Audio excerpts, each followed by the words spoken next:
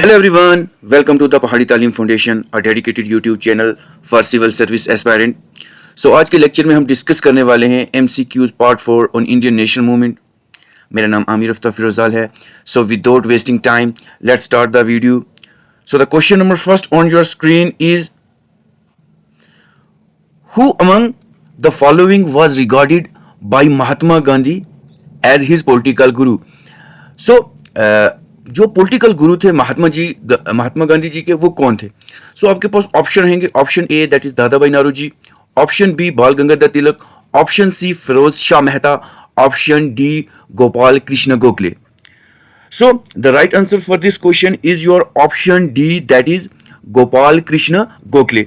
So Gopal Krishna Gokhale is considered the political guru of Mahatma Gandhi. जो गोपाल कृष्ण गोखले थे वो पॉलिटिकल गुरु थे. किनके जी? ये थे पॉलिटिकल गुरु थे महात्मा गांधी जी के. सो जब महात्मा गांधी साउथ अफ्रीका से वापस आए थे, सो उनको जो है वो गोपाल कृष्ण गोखले ने पर्सनली गाइडेड किया था इस चीज़ के लिए. सो क्योंकि गोपाल कृष्ण गोखले जो थे उनके पास इनॉर्मस नॉलेज थी और वो अंडरस्टैंड कर रहे थे जो इंडियन इश्यू थे. और उसके बाद अगर और देखें ऑप्शन, ये जो एग्जामिनेशन में क्वेश्चन पूछते हैं, लाइक एक क्वेश्चन है like servant of Indian society, servant of Indian society, servant of Indian society ये किसने फाउंड की थी? सो ये भी हमारे गोपाल कृष्ण गोखले जी ने की थी. और एग्जामिनर कभी कभी ये भी पूछता है कि किस ईयर में की थी. सो ये की थी 1915 को की थी. ठीक है, ये भी आपको ध्यान रखना है. सो उसके बाद कुछ और फैक्ट्स जो हैं वो उसके गोपाल कृष्ण गोखले जी के साथ अगर हम रिलेट करें, लाइक गोपाल कृष्ण जी गोखले जो थे वो 9 मई 1866 को इनका जो है वो बर्थ हुआ था. और ये कहाँ पे हुआ था? तो ये एक विलेज है करके, कोटलक विलेज करके है, वहाँ पे उनका बर्थ हुआ था. और ही वॉज बर्न इन ब्राह्मण फैमिली. ये ब्राह्मण फैमिली में पैदा हुए थे. ब्राह्मण फैमिली में ये पैदा हुए थे. ठीक है, और कहाँ हुए थे? ये महाराष्ट्र में ये पैदा हुए थे. ये भी आपको याद रखना है. फिर उसके बाद actually he was known to be the Mahatma Gandhi ji political mentor. देखो ये पॉलिटिकल मेंटर भी थे उनके. फिर उसके बाद अगर एक और पॉइंट डिस्कस करते हैं, लाइक इन 1905, अगर 1905 की बात करें, so he was elected as a president of Indian national Congress. ये भी क्वेश्चन काफी बार एग्जामिनेशन में पूछा जाता है कि गोपाल कृष्ण गोखले जो थे वो किस सेशन में प्रेसिडेंट बने थे इंडियन नेशनल कांग्रेस के? सो बनारस सेशन में ये बने थे. बनारस सेशन ऑफ 1905 में ये इंडियन नेशनल कांग्रेस के जो है वो प्रेसिडेंट इलेक्ट हुए थे. फिर उसके बाद अगर कुछ और पॉइंट डिस्कस करें, लाइक इनके ऊपर मतलब इन्होंने एक प्रोमिनेंट रोल प्ले किया था और ये जो थे पॉलिटिकल गुरु थे महात्मा गांधी जी के. So with this who is regarded as Mahatma Gandhi ji as his political guru? So Gopal Krishna Gokhale इसका आंसर रहेगा. So the next question on your screen is, who played an important role in signing Gandhi Irwin pact? इसने एक महत्वपूर्ण, एक बड़ा इंपॉर्टेंट रोल प्ले किया था Gandhi Irwin pact को साइन करने में. सो आपके पास ऑप्शन रहेंगे. Option A Motilal Nehru, option B Madan Mohan Malaviya, option C Tej Bahadur Sapru, option D Chintamani. So the right answer for this question is your option C that is Tej Bahadur Sapru. So Tej Bahadur Sapru ने जो था वो प्लेड किया था the important role of this mediator in the Gandhi Irwin pact. तो ये mediator थे इन्होंने, जो he was actually the mediator of signing of the Gandhi Irwin pact के. ठीक है, ये क्वेश्चन आपने पैक्ट में जो थे इन्होंने इंपॉर्टेंट रोल प्ले किया था. ठीक है जी. उसके बाद अगर हम कुछ और पॉइंट डिस्कस करें, लाइक इन पे तेज बहादुर सप्रू पे. So Tej Bahadur Sapru was an eminent lawyer. ये लॉयर थे, एमिनेंट लॉयर थे. ठीक है जी, एमिनेंट लॉयर थे. उसके बाद पॉलिटिकल लीडर थे in British India during this, like British Raj के टाइम पे. ठीक है जी, ब्रिटिश राज के टाइम पे ये क्या थे? एक प्रोमिनेंट लीडर भी थे. ब्रिटिश राज जब इंडिया में था, ब्रिटिश राज के टाइम ये प्रोमिनेंट लीडर भी थे. और एक्चुअली अगर देखा जाए जो this Tej Bahadur Sapru was born, अगर देखा जाए ही वाज बर्न इन 1875 इन अलीगढ़. तो ये अलीगढ़ में पैदा हुए थे, अलीगढ़ में, क्योंकि ये क्वेश्चन कहीं ना कहीं से एग्जामिनर डायरेक्टली या इनडायरेक्टली रिलेट करता है. So he was born in a Kashmiri Hindu family. He was born in a Kashmiri Hindu family. ठीक, ये भी आपको इंपॉर्टेंट पॉइंट जो है वो याद रखना है, क्योंकि ये ज़रूरी हो जाता है एग्जामिनेशन पॉइंट ऑफ व्यू से अगर देखा जाए। सो इनकी जितनी भी एजुकेशन हुई थी वो जी आगरा कॉलेज में हुई थी। उसके बाद सप्रू क्रिटिसाइज महात्मा गांधी जी लीडरशिप, क्योंकि कभी कभी महात्मा गांधी जी की लीडर को उन्होंने क्रिटिसाइज भी किया। So he also criticise this non cooperation movement and the salt satyagraha. So अगर इस पे हम गौर करेंगे तो he act as a mediator which help him to broke the Gandhi Edwin pact. ठीक है जी। कुछ और पॉइंट लाइक अगर हम डिस्कस करें लाइक दिस चिंतामणि जी के ऊपर कुछ पॉइंट अगर हम डिस्कस कर लें। So actual sir Chintamani was an Indian editor. ये क्या थे? एक इंडियन एडिटर थे। ठीक है, एडिटर, इंडियन एडिटर थे। और उसके बाद जर्नलिस्ट थे, ये जर्नलिस्ट थे। उसके बाद अगर और कुछ पॉइंट डिस्कस करें हम like he was born in this Telugu family में ये पैदा हुए थे। एक युगादी करके जगह है आंध्र प्रदेश में, युगादी करके जगह है एक आंध्र प्रदेश में। और उसके बाद अगर देखें he was the chief editor of the leader between this 1909 to 1934। तो उसके बाद अगर देखें चिंतामणि जी, हाँ ये काफ़ी इंपॉर्टेंट पॉइंट रहता है। जो चिंतामणि जी थे he was appointed as the education minister, he was appointed as the education minister of United Province of this British India as a part of the diarchy system। जब diarchy system था, as a part of diarchy system था। ठीक है जी, diarchy system था जब, तब ये appointed हुए थे दिस क्या कहते हैं education minister during this at the dyarchy system of this government act of India 1919। इस क्वेश्चन को भी आपने अपने माइंड में रखना है, क्योंकि ये क्वेश्चन भी एग्जामिनर इनके बेस भी पूछ सकता है।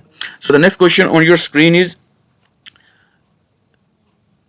During whose tenure as the Viceroy of India was the great martyrs Bhagat Singh ji, Rajguru ji and Sukhdev ji hang. जब किसके टर्नर में भगत सिंह जी को, राजगुरु जी को और सुखदेव को इन्होंने फांसी पे चढ़ाया था। ठीक है जी, हैंग किया था। सो आपके पास ऑप्शन रहेंगे option A that is Lord Curzon, option B your Lord Irwin, option C Lord Minto, option D Lord Chelmsford. So the right answer for this your question is that is option B. So option B आपका right answer रहेगा।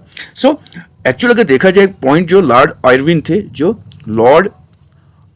थे, so he was a viceroy of India from this 19 अगर देखा जाए 1925 to 1931 तक इनकी विसरॉलिटी थी, विसरॉय थे।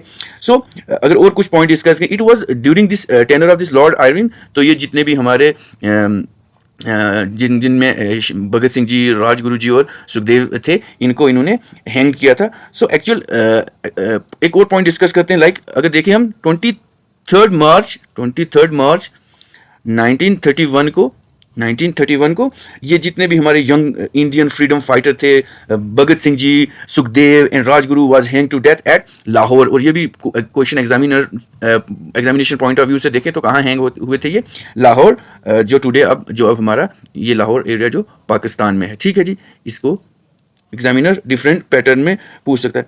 और दिस डे जो था, इसी डे को हम क्या कहते हैं? शहीद दिवस भी कहते हैं। इसको हम क्या कहते हैं? माइटर्स डे, या इसको हम शहीद दिवस भी कहते हैं। ठीक है, इस क्वेश्चन को आपने ध्यान में रखना है, क्योंकि एग्जामिनर किसी भी डायमेंशन से पूछ सकता है। ठीक है जी। उसके बाद अगर लाइक हम देख लें इसको लॉर्ड क्लेमफोर्ड को, तो इनके बेस पे भी कुछ काफ़ी सारे वो क्वेश्चन पूछ सकते हैं एग्जामिनर। तो इसके बेस पे अगर वो पूछेंगे कि दिस लॉर्ड क्लेमफोर्ड की जो जब वो विसरॉय थे, उनकी टेन्योर क्या थी, कब से कब उन्होंने ये जो इनकी जो विसरॉय थी, इन्होंने कब सर्व किया था? तो इन्होंने 1916 टू 1921 तक इन्होंने सर्व किया था। तो इनमें से काफ़ी सारे इंपॉर्टेंट पॉइंट पूछ लेते हैं, क्योंकि ये काफ़ी इंपॉर्टेंट रहते हैं। तो इनके टेन्योर में क्या हुआ था? एक तो हुआ था लखनऊ पैक्ट हुआ था, जो कि 1916 में हुआ था। फिर उसके बाद अगर पूछ लें इन्हीं के टेन्योर में this like Jallianwala Bagh tragedy हुई थी, जलियांवाला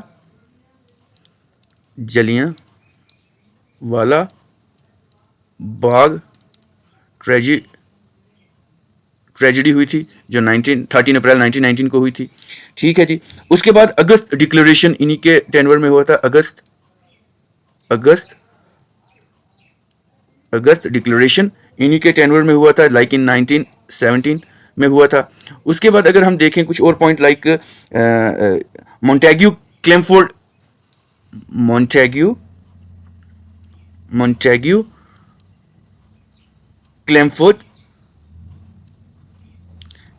रिफॉर्म जो था 1919 में, ये भी इन्हीं की टेन्योर में हुआ था। ठीक है जी। So the answer is your for this question is your option B, that is Lord Irwin. So the next question on your screen is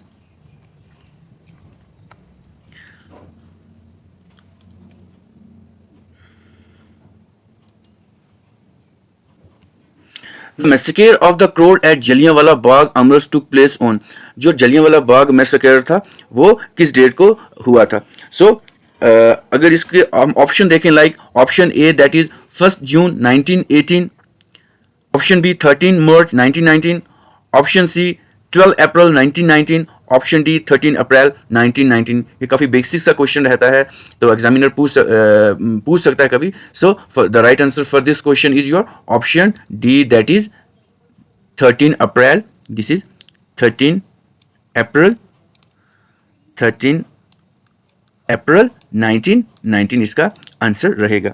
so actual में क्या हुआ था, ऐसे this Jallianwala Bagh is the historic garden and this and memorial of the national important, और ये कहाँ पे रहता है? It is close to the Golden Temple complex in Amritsar Punjab. ये गोल्डन टेम्पल के पास, बिल्कुल पास ही अमृतसर है,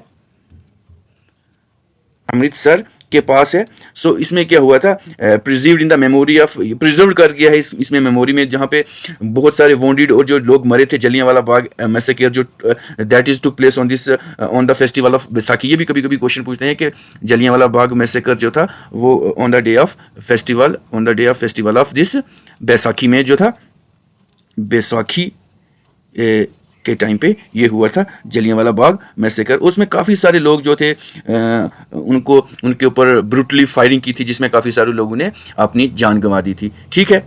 सो the next question on your screen is which of the following act was described by Jawaharlal Nehru as new charter of slavery? बहुत ही important question है कि new charter of slavery, new charter of slavery किस act को कहते थे? बहुत ही इंपॉर्टेंट क्वेश्चन है ये एग्जामिनेशन पॉइंट ऑफ व्यू से अगर देखा जाए। ठीक है, एग्जामिनेशन पॉइंट ऑफ व्यू से देखा जाए तो ये काफ़ी इंपॉर्टेंट क्वेश्चन आपका रहता है। ठीक। सो आपके पास ऑप्शन होंगे, option A that is regulating act of 1773, option B government act of India 1909, option C government act of India 1919, government act of India 1935। So the right answer for this question is your option D, that is government act of India 1935। ठीक है, क्योंकि ये question काफ़ी बार examination में आ भी चुका है कि न्यू चार्टर ऑफ स्लेवरी किस एक्ट को कहते थे। So new charter of slavery act जो है वो हम किसको कहते थे? Government act of India 1935। सो अगर देखा जाए कि जवाहरलाल नेहरू जी ने मेंशन करा था कि government act of 1935 as a charter of slavery and it compared with a machine, ये क्वेश्चन कभी कभी पूछ लेते हैं, that machine with all brakes no engine, machine with all brakes no engine, ये क्वेश्चन भी एग्जामिनेशन में कभी कभी वो पूछ लेते हैं। ठीक है जी। सो और पॉइंट हम डिस्कस कर लें, लाइक इसी के बेस पे, लाइक इसमें था कि it was adopted from the parliament of United Kingdom, parliament of United Kingdom से ये किया था। So this act sought to safeguard and maintain the British rule in India, कि ब्रिटिश रूल जितना भी था उसको ही मेंटेन करके रखना है। ठीक है जी। उसके बाद इस एक्ट ने क्या किया था? इट अबॉलिश द प्रोविनेंशियल डायरकी, तो इसने क्या किया था? अबॉलिश किया था क्या? प्रोविनेंशियल डायरकी का जो कंसेप्ट था, जो प्रोविनेंशियल डायरकी के कंसेप्ट को इसने अबॉलिश किया था और इंट्रोड्यूस की थी डायरकी।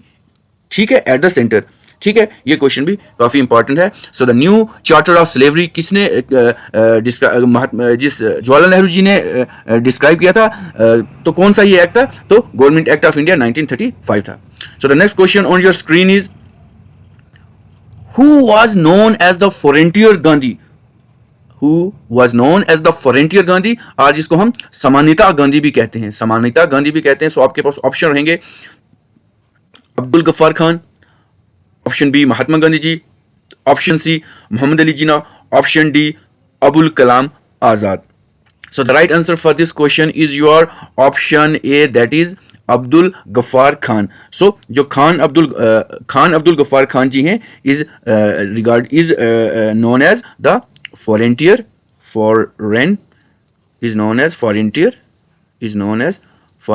गांधी इनको कहा जाता था. ठीक है जी. So he is also known as the Bacha Khan, इनको बच्चा खान भी कहते थे. He is also known as the Bacha Khan. ये क्वेश्चन भी इंपॉर्टेंट रहता है एग्जामिनेशन पॉइंट ऑफ व्यू से.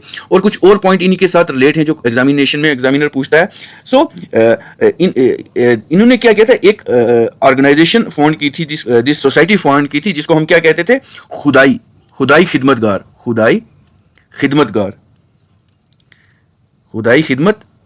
इन्होंने एक सोसाइटी फाउंड की थी जिसको हम, और इसका मतलब क्या होता है, लाइक सर्वेंट ऑफ गॉड. इसको क्या कहते हैं, सर्वेंट ऑफ गॉड, क्योंकि ये क्वेश्चन एग्जामिनर इसको रिलेट करके पूछता रहता है. सो इसी मूवमेंट को पॉपुलरली कभी कभी वो पूछ लेता है, इसको बोलते हैं क्या, रेड शर्ट मूवमेंट भी बोलते थे, रेड शर्ट मूवमेंट भी इसको बोलते थे. उसके बाद अगर देखा जाए, so he was the second foreigner, ये सेकंड फॉरेनर थे, सेकंड फॉरेनर थे जिनको क्या मिला था, भारत रत्न मिला था, भारत रत्न मिला था. कब, इन 1987 को. यह क्वेश्चन भी काफी इंपॉर्टेंट रहता है. ठीक है जी.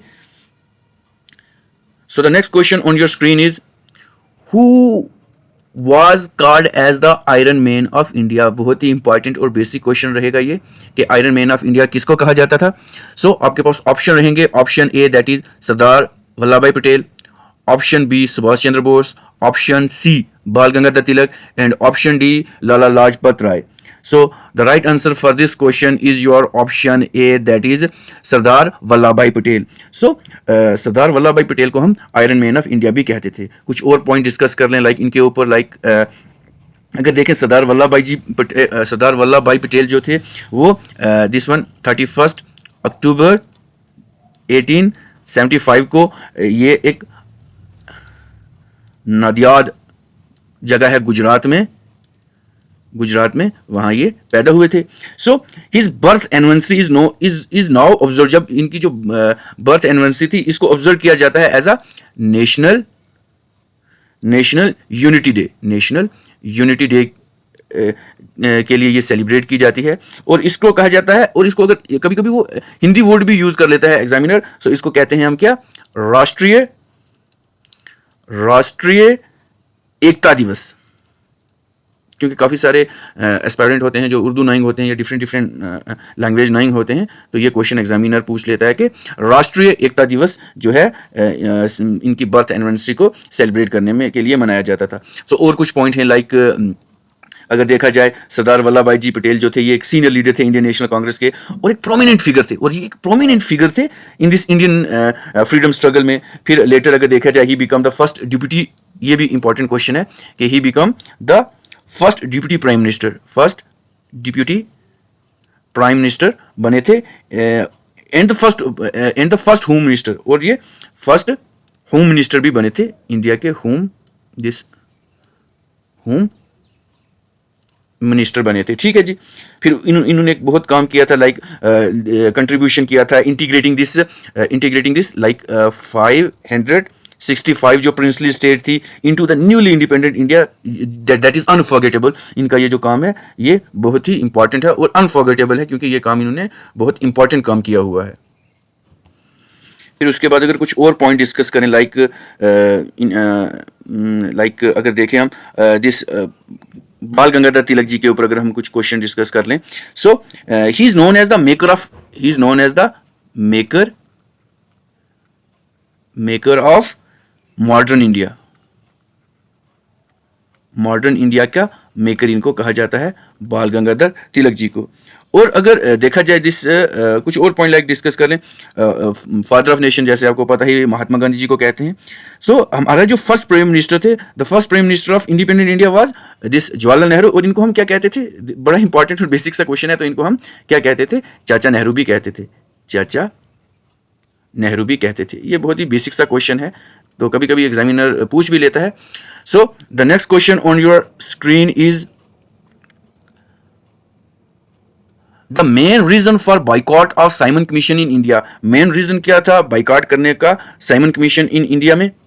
सो आपके पास ऑप्शन रहेंगे, this option A that is appointment before time, all the member were Englishman, option C chairman was a member of British liberal party, option D that is none of the above.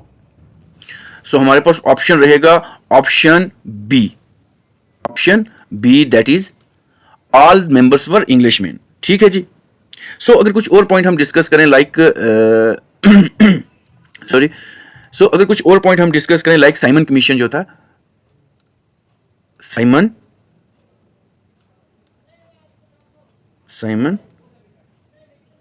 Simon commission जो था वो कब India में आया था? तो 1927 को आया था। ये क्वेश्चन भी एग्जामिनर पूछ सकता है। ठीक है जी।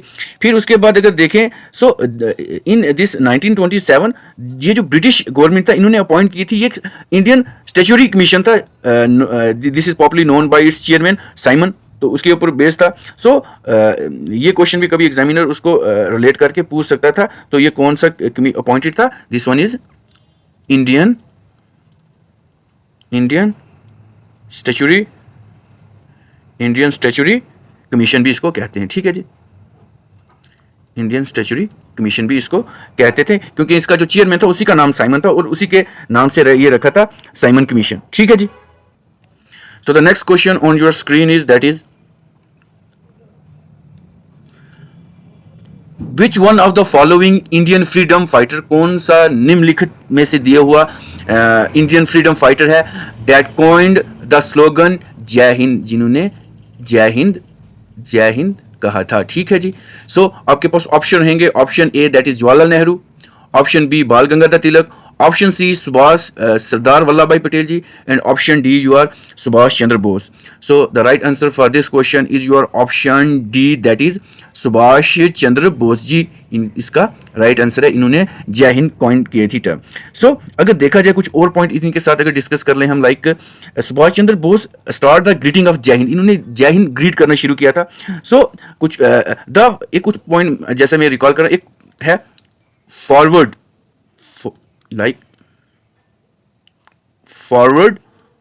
ब्लॉक, ये भी बहुत इनके साथ एसोसिएट करती रहती है। So forward block of the Indian national Congress, ये कब इन्होंने फॉर्म की थी? ये इन्होंने की थी फॉर्म 22 जून 1939 को इन्होंने ये फॉर्म की थी। ठीक है जी। So by this Netaji Subhash Chandra Bose. तो क्या हुआ था, who had resign from the presidency of Indian national Congress on this 29 of April after out manoeuvred by this M K. Gandhi ji. ठीक है जी। ये क्वेश्चन भी काफी बार एग्जामिनेशन में पूछा जाता है। ठीक है। सो the next question on your screen is that is who presided over the first session of all India किसान सभा, कौन थे जिन्होंने जो पहला सेशन था ऑल इंडियन किसान सभा का उसको प्रिजाइड किया था? आपके पास ऑप्शन रहेंगे, option A Swami Sahajananda, option B Swami Shraddhananda, option C Indulal Yagnik, and option D your N Ranga. ठीक है।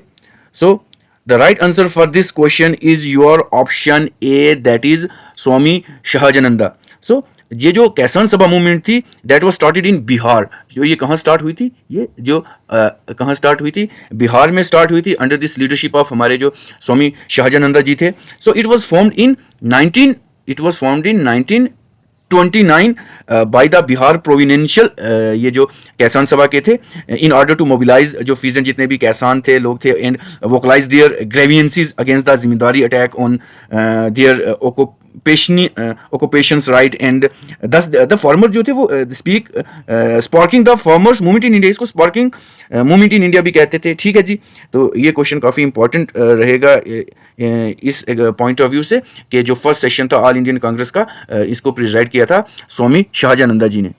कुछ और पॉइंट भी हम डिस्कस कर लेते हैं, लाइक इसी को अगर हम देखें, सो ऑल इंडियन किसान सभा जो थी, ऑल इंडियन किसान सभा, इसको हम क्या कहते थे? अखिल भारतीय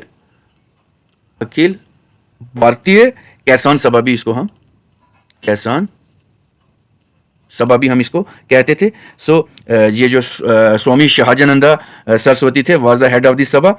और अगर देखा जाए सेक्रेटरी ऑफ दिस एसोसिएशन कौन था? So secretary of this association is was N G रंगा।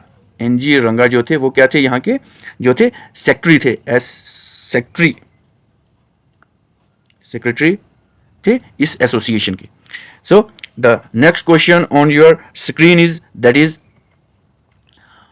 All Indian Trade Congress. All Indian Trade Union Congress was founded in 1920 by किन्होंने ये फॉर्म की थी? सो आपके पास ऑप्शन रहेंगे, option A that is V V Giri, option B S A. Dange, option C P C. Joshi, option D N M. Joshi. So the right answer for this question is your option D that is एन.एम.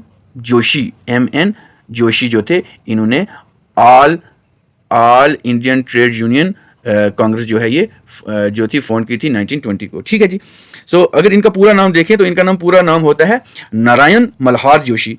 सो नारायण मल्हार जोशी जो थे ये महाराष्ट्र में पैदा हुए थे। कब हुए थे? लाइक इन 1879 को हुए थे। सो ही कंप्लीटेड, इनकी जो एजुकेशन थी वो डेक्कन कॉलेज पुणे में हुई थी। इनकी जो एजुकेशन पूरी हुई थी वो डेक्कन कॉलेज पुणे में इनकी सारी एजुकेशन जो है वो कंप्लीट हुई है। ठीक है जी। सो इसके बाद देखा जाए, ये जो नारायण मल्हार जोशी थे, he was an Indian Trade union leader and a follower of Gopal Krishna Gokhale. और ये भी गोपाल कृष्ण गोखले के जो थे क्या थे? फॉलोअर थे। So this एन.एम. जोशी क्या था? Got involve in the labour issue and उन्होंने इनिशिएट किया ये all Indian Trade Union Congress in the year 1920। ये भी पूछ लेते हैं किस डेट में हुआ था। सो इसको अगर देखें तो ये 1920 को हुआ था। 1920 को हुआ था। ठीक है जी। उसके बाद लाइक कुछ और पॉइंट डिस्कस करें। दिस एन.एम. जोशी जो थे was the general secretary of all Indian Trade Union Congress के रहे हैं फ्रॉम दिस, एक बार तो ये रहे हैं लाइक इन 1925 टू 1929 तक, और उसके बाद एक टाइम और रहे हैं ये 1940 टू 1948 तक ये रहे हैं। ठीक है जी। फिर ये this is all about this all Indian Trade Union Congress. So the next question on your screen is that is who was the general secretary of all Indian Trade union? All Indian Trade Union Congress के जो general secretary थे, ये तो आपको पता है 1920 में बनी थी। सो इनके कौन थे जनरल सेक्रेटरी? सो आपके पास ऑप्शन रहेंगे, option A that is Lala Lajpat Rai, option B Bal Gangadhar Tilak, option C S A. Dange ji, और option D Diwan Chaman Lal. So the right answer for this question is your option D that is Diwan Chaman Lal ji. इनके जो हैं वो रहे हैं क्या? Secretary of this, general secretary of the All Indian Trade Union Congress के। ठीक है। सो the next question on your screen is that is Who of the following was known as the देश बंधु? ये क्वेश्चन काफ़ी बार एग्जामिनेशन में previous year अगर देखें काफ़ी सारे एग्जामिनेशन में डिफरेंट एग्जामिनेशन में ये क्वेश्चन आ चुका है। एक तो कहते हैं देश बंधु, और एक ये क्वेश्चन जो है ये देश बंधु के ऊपर पूछते हैं। सो आपके पास ऑप्शन रहेंगे, option A that is Aurobindo Ghosh, option B Chittaranjan Das, option C Dadabhai Naoroji, and option D Surendranath Banerjee. So the right answer for this question is your option B that is Chittaranjan Das. So Chittaranjan Das ji थे, उनको हम क्या कहते थे? देश बंधु के नाम से भी हम इनको जानते थे, चितरंजन दास जी को। सो ये क्या थे? ये एक फ्रीडम फाइटर थे। Originally he was belong to the West Bengal. ये कहाँ से अगर ओरिजिनली देखा जाए तो ये वेस्ट बंगाल से क्या करते थे? बिलोंग करते थे। So he was a founding member, और ये भी कभी कभी चितरंजन दास के ऊपर पूछे। So he was a founding member of this Swaraj Party जो थी इनके ये फाउंडिंग मेंबर भी थे। सो एक जो अनुशीलन करके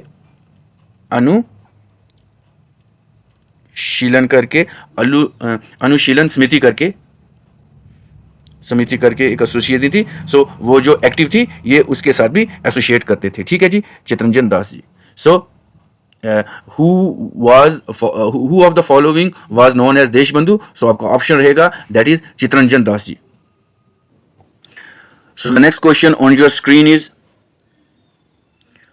who of the following was a founder of the नौजवान भारत सभा इन 1926? जो नौजवान भारत सभा थे उसके फाउंडर कौन थे? सो आपके पास ऑप्शन रहेंगे, option A that is Lala Lajpat Rai ji, option B Bhagat Singh ji, option C Lala Hardayal and option D your Sohan Singh बकना। So the right answer for this question is your option B that is Bhagat Singh. Bhagat Singh इसका आंसर रहेगा। ठीक है जी। उसके बाद अगर कुछ और पॉइंट हम डिस्कस कर लें, लाइक ये नौजवान भारत सभा कब बनी थी? सो इसका आंसर रहेगा 1926 रहेगा ये ऑप्शन, इसका आंसर इसका। ठीक है जी। उसके बाद अगर देखें सो भगत सिंह या नौजवान भारत सभा के बेस पे अगर हम कुछ और क्वेश्चन डिस्कस करें तो actual it was a left wing organization which fought the independence by gathering together workers and by peasant youth, इनके ऊपर बेस थी। तो actual it is a part of the Hindustan Republican association. It was a part of Hindustan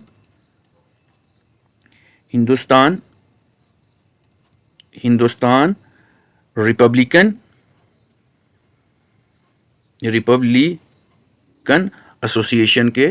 association का ये part भी थी। सो इसमें अगर देखा जाए तो इसमें क्या हुआ था, the British government band it in this 1920 को इसको बैन कर दिया गया था। उसके बाद जो कुछ और पॉइंट डिस्कस हैं, the member were responsible for killing of this J P Saunders. तो इनके जितने भी ये नौजवान सभा के मेंबर थे तो they were responsible for the killing of this J P Saunders. And in this Meerut conspiracy case के ऊपर अगर हम डिस्कस करें, so the group later merge with the All Indian Youth League के साथ ये जो है ये ग्रुप मर्ज हो गया था। So the next question on your screen is the editor of young India and Harijan was. जो एडिटर थे यंग इंडिया और हरिजन के वो कौन थे? ऑप्शन आपके पास रहेंगे, option A Mahatma Gandhi ji, option B B R Ambedkar, option C Jyotibai Phule and option D Subhash Chandra Bose. So हमारा आंसर रहेगा option A that is Mahatma Gandhi ji जो थे वो एडिटर थे यंग इंडिया के भी और हरिजन के भी। ठीक है, ये क्वेश्चन काफी इंपॉर्टेंट रहता है एग्जामिनेशन पॉइंट ऑफ व्यू से। So actual Gandhi ji started publishing a weekly journal, और ये वीकली जर्नल थे, वीकली जर्नल थे ये वीकली जर्नल कॉल्ड हरिजन। और ये जब जो था this one is published on this 11 Feb 1933 from येरावदा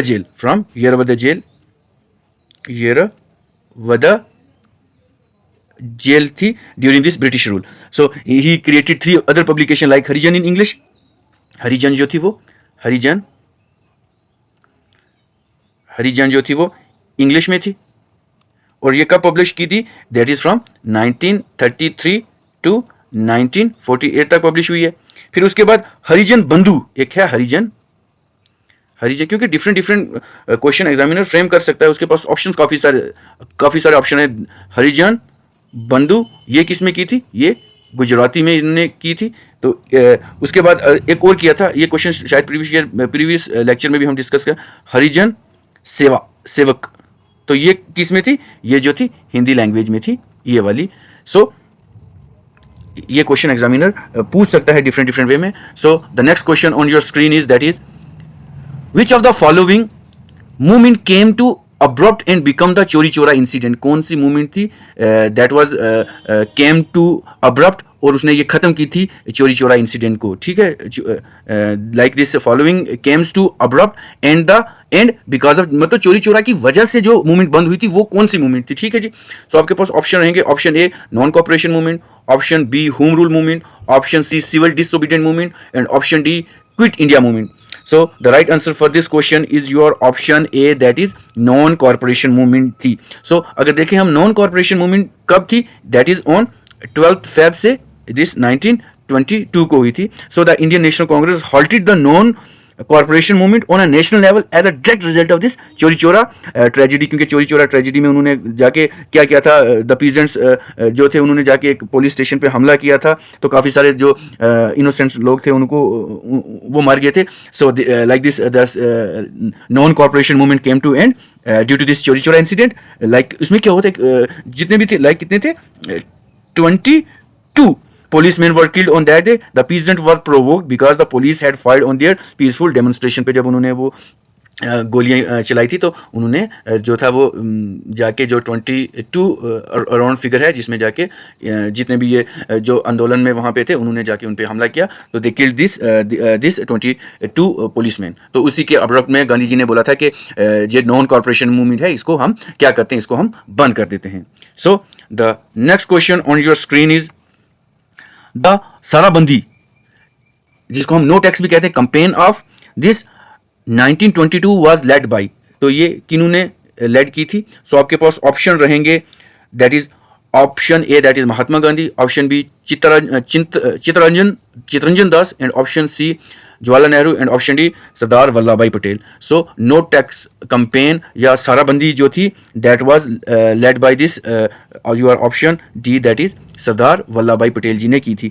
तो ये जो साराबंदी कैंपेन ऑफ दिस 1922 थी, जो 1922 थी, so was led by this Sardar Vallabh भाई पटेल. सो इस कैंपेन में क्या होता है, the peasant decided not to pay the tax. इन्होंने ये कहा कि हम जितना भी टैक्स है भैया, हम ये टैक्स नहीं देंगे आपको, हम जो टैक्स है वो आपको नहीं देंगे. ठीक है.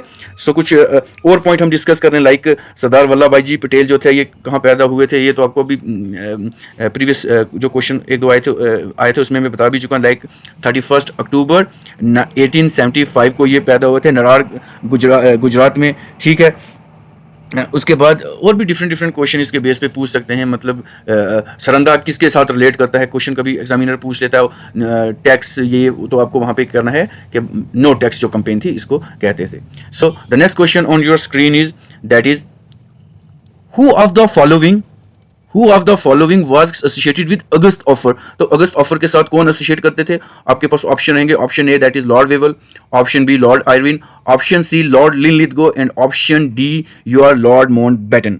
सो the right answer for this question is your option C that is Lord Linlithgow. So the August offer was announce, ये भी पूछ लेते कब अनाउंस हुआ था, तो that is announced on 8 of August 1940 को ये हुआ था. So this offer was made by this Lord Linlithgow in 1940. ये आपके पास ऑप्शन पड़ा ही रहता है कि कब किया था, 1940 को. ठीक है जी. So the next question on your screen is that is Which one of the following was the first Indian efforts to draft constitutional scheme? कौन सा ऐसा फर्स्ट इंडियन था जिन्होंने एक एफर्ट किया था to draft the constitution scheme. So आपके पास ऑप्शन रहेंगे, option A that is Simon commission, option B this Nehru report, option C Irwin report, and option D your none of the above. So the right answer for this question is your option B that is Nehru report जो थी, इसमें इन्होंने he was the first Indian to afford to draft the constitutional scheme. So ये कब हुई थी, ये examiner भी कभी कभी पूछ लेता है. सो ये हुई थी 1928 को under the chairman of this. किसके साथ हुई थी? ये जवाहरलाल नेहरू जी नहीं है, ये मोतीलाल नेहरू जी हैं. ये आपको ध्यान देना है. ठीक है ना. कभी कभी क्वेश्चन इसको नेहरू रिपोर्ट के साथ वो जवाहरलाल नेहरू जी को रिलेट करते हैं, तो ये मोतीलाल नेहरू जी थे. ठीक है. इनको आपने माइंड में रखना है. So a sub committee was form to draft the constitution. ठीक है. ये क्वेश्चन भी एग्जामिनर पूछ लेता है. सो the next question on your screen is due to the leadership and the success in which one of the following did Vallabh भाई Patel got the title Sardar. तो वल्लभ भाई पटेल जी को सरदार का टाइटल या उपाधि किसने दी थी, ये रहेगा आपके पास क्वेश्चन. सो आपके पास ऑप्शन रहेंगे, option A that is Kheda Satyagraha, option B non corporation movement, option C Bardoli Satyagraha, and option D your civil disobedient movement. So the right answer for this question is your option C that is Bardoli. ये बरदौली आंदोलन में इनको सरदार का title दिया गया था. So this the Bardoli this Satyagraha was to place in Gujarat. सबसे पहले ये देखना है कि यहाँ कहाँ पर टुक की दी गई थी.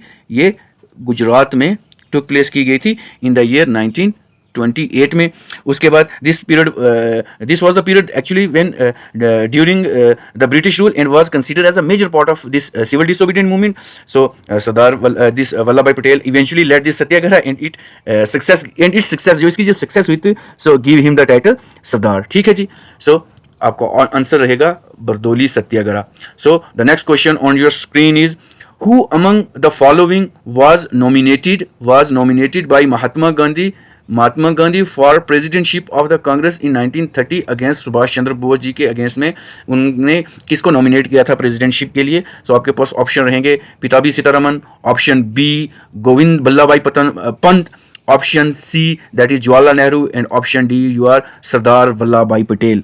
So the right answer for this question is your option A, that is Pitabhi Sitaraman. So Pitabhi Sitaraman was a Mahatma Gandhi's preferred presidential candidate in 1930 in 1939 this Indian National Congress. वो भी किसने Indian national Congress session में, कौन सा session था वो? Tripuri session में, ये भी आपने याद रखना है।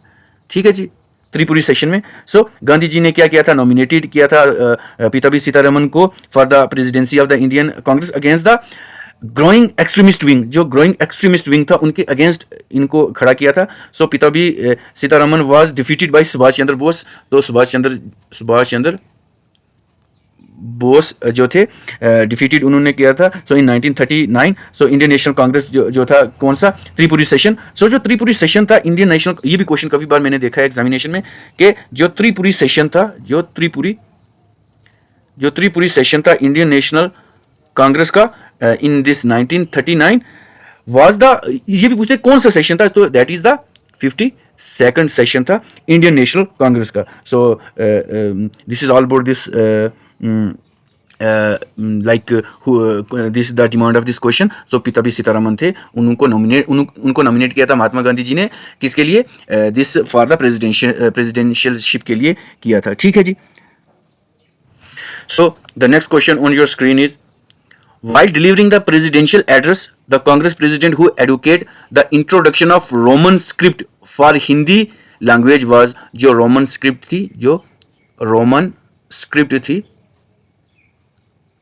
स्क्रिप्ट थी फॉर हिंदी लैंग्वेज वो मतलब किसने इंट्रोड्यूस की थी? आपके पास ऑप्शन रहेंगे, option A that is Mahatma Gandhi, option B Jawaharlal Nehru, option C Subhash Chandra Bose, and option D Abul Kalam Azad.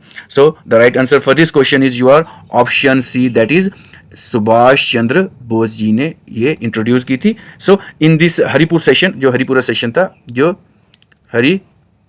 Session था in 1938 the Congress president Subhash Chandra Bose ji उन्होंने एडवोकेट किया था कि you have to this introduce this Roman script for the Hindi language. So आपके पास जो हमारा आंसर रहेगा that is option C, that is Subhash Chandra Bose.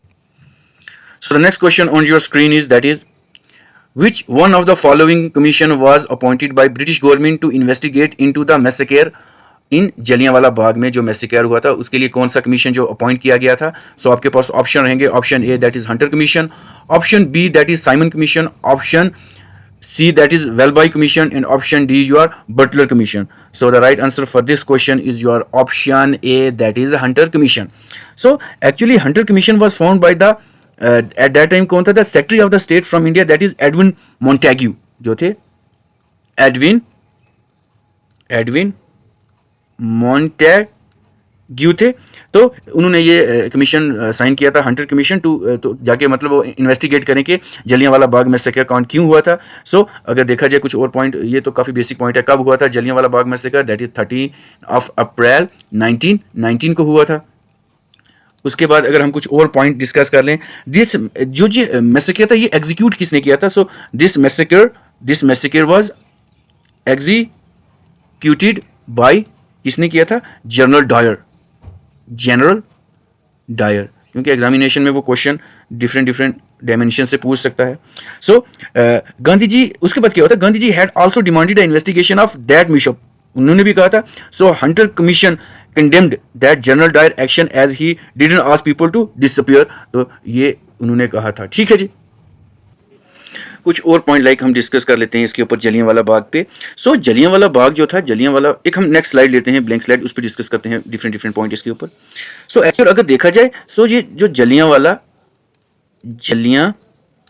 बाग जो था, Jallianwala Bagh, so Jallianwala Bagh was neither a park not a garden, ना ही ये कोई पार्क थी, ना ही ये कोई पार्क थी, और ना ही ये कोई गार्डन था, ठीक है, ये भी आपने ध्यान में रखना है। So actually it was an empty ground, ये एक एम्प्टी ग्राउंड था, ठीक है, ये भी आप ध्यान में रखें। और उसके बाद क्या था, अगर कुछ और पॉइंट, कब मैसेकर हुआ था ये तो आपको सबको पता ही, 13 अप्रैल, क्योंकि जितना पॉइंट हम ज़्यादा से ज़्यादा डिस्कस करेंगे वो ज़्यादा आपके माइंड में वो फिट हो जाएगा, वो चीज़ आपको भूलेगी नहीं, ठीक है ना। फिर अगर कुछ और पॉइंट डिस्कस करें, लाइक यहाँ पे क्या होता था, द असेंबल्ड पीपल थे, लाइक एस्टिमेट कितने थे, around 10,000 people assembled were hold a peaceful protest against the draconian, जो एक उस टाइम का एक ड्रैकोनियन लॉ था, ड्रैकोनियन, ठीक है जी, ड्रैकोनियन लॉ जो था उनका, जिसको हम रोलेट एक्ट भी कहते थे। उसमें क्या हुआ था, दिस लाइक एक्ट था, at that time the colonial government had promulgated, जो उन्होंने किया था, नो, जिसको हम कहते थे विदाउट ट्रायल में जो था वो जेल में डाल देते थे, ठीक है जी। फिर क्या हुआ, लाइक यहाँ पे क्या हुआ, a force of around 50 soldier, एक फोर्स थी वहाँ पे जिसमें नियर अबाउट 50 सोल्जर थे, that was commanded by the brigadier general जो थे, कौन थे, रेगिनल्ड एडवर्ड, पूरा नाम एडवर्ड हैरी डायर थे। तो वो क्या हुए, वो जलियांवाला बाग में आए, and that without this any provocation order, उसके जो वो ये जो 50 सोल्जर थे, इसने ऑर्डर किया दैट फायर, तो उन्होंने जो है वो फायरिंग शुरू कर दी। उसके बाद अगर हम देखें, लाइक ये जो फायरिंग थी, ये कितना 10 से 15 मिनट तक वहाँ पे वो फायरिंग हुई थी। ये बहुत ही एक जो जलियांवाला बाग मैसेकर है, एक बहुत ही दर्दनाक मैसेकर था। तो उन्होंने 10 से 15 मिनट तक फायरिंग की, और एस्टिमेटेड अगर देखा जाए वहाँ से, they have estimated 16-15 this round of bullet were fired at the crowd, वो जो जितने भी लोग थे उन पे वो उन्होंने फायरिंग की। सो लाइक दिस, इसमें फायरिंग की वजह में काफ़ी सारे लोगों ने क्या है, जान गंवा दी। सो एक ऑफिशियल रिपोर्ट अगर हम देखें, एक ऑफिशियल रिपोर्ट है, कोई ऑफिशियल रिपोर्ट है एक, उसके बेस पे अगर देखें, उसके बेस पे कहा जाता है, क्योंकि हमारे पास कुछ डेटा रहता है जिसके ऊपर हम बेस पे ये चीज़ बता रहे हैं। 379 पीपल जो थे वो क्या हुए थे, that have put there, actual में इसमें की अलाइनमेंट थोड़ी सी, तो जो 379 पीपल थे वो क्या हो गए थे, वो उस फायरिंग में उन्होंने अपनी जान गंवा दी। और उसके बाद अगर देखें, अराउंड 1200 पीपल जो थे, जो बहुत ही बुरी तरीके से जख्मी हो गए थे, बट कुछ और भी estimation says that more than 1000 people were killed. अब ये डाटा डिफरेंट सोर्स से लिया गया है, डिफरेंट सोर्स से है, सो इसमें वेरिएशंस आ सकती हैं, ठीक है जी। तो एक्चुअल में एक और पॉइंट डिस्कस कर लें, like the reaction in Britain was mixed. While this Sir Winston Churchill, then Secretary of the War, condemned it as massacre, the host of the Lord gave General Dyer a sword inscribed with the motto "Savior of the Punjab." ये भी कुछ ऐसा कुछ करके था, ठीक है जी। तो ये सारा दिस ऑल अबाउट दिस रहेगा हमारा जलियांवाला बाग मैसेकर के ऊपर। So on this inventory of an incident that left Indian don the years with the wanted heart, we bring you to this reveal this fact. कुछ रिवील्स फैक्ट कर रहे हैं। Actual में ये जो फैक्ट है हमने डिफरेंट सोर्स से लिया है, तो इसमें वेरिएशंस आ सकती हैं। सो विद दिस आज का जो है हमारा ये सेशन काफ़ी बड़ा हो चुका है, काफ़ी लंबा हो चुका है। सो ये लेक्चर आपको कैसा लगा, आप हमें कमेंट बॉक्स में जो है वो कमेंट करके बता सकें, क्योंकि जितना आप हमारे साथ एसोसिएट रहेंगे हमारे साथ, तो एक तो हमारी मोटिवेशंस भी बढ़ेंगी वीडियोस लाने में, और दूसरा रहेगा कि आप इस वीडियो को ज़्यादा से ज़्यादा लाइक करें, उसके बाद शेयर करें, ताकि ये इन्फॉर्मेशन और भी एस्पायरेंट्स के पास पहुंच सके, ठीक है। तो with this I have to be some of this video, so बने रहें हमारे साथ। दैट इज़ द पहाड़ी तालीम फाउंडेशन, दैट इज़ पढ़ना है बढ़ना है। Thank you very much.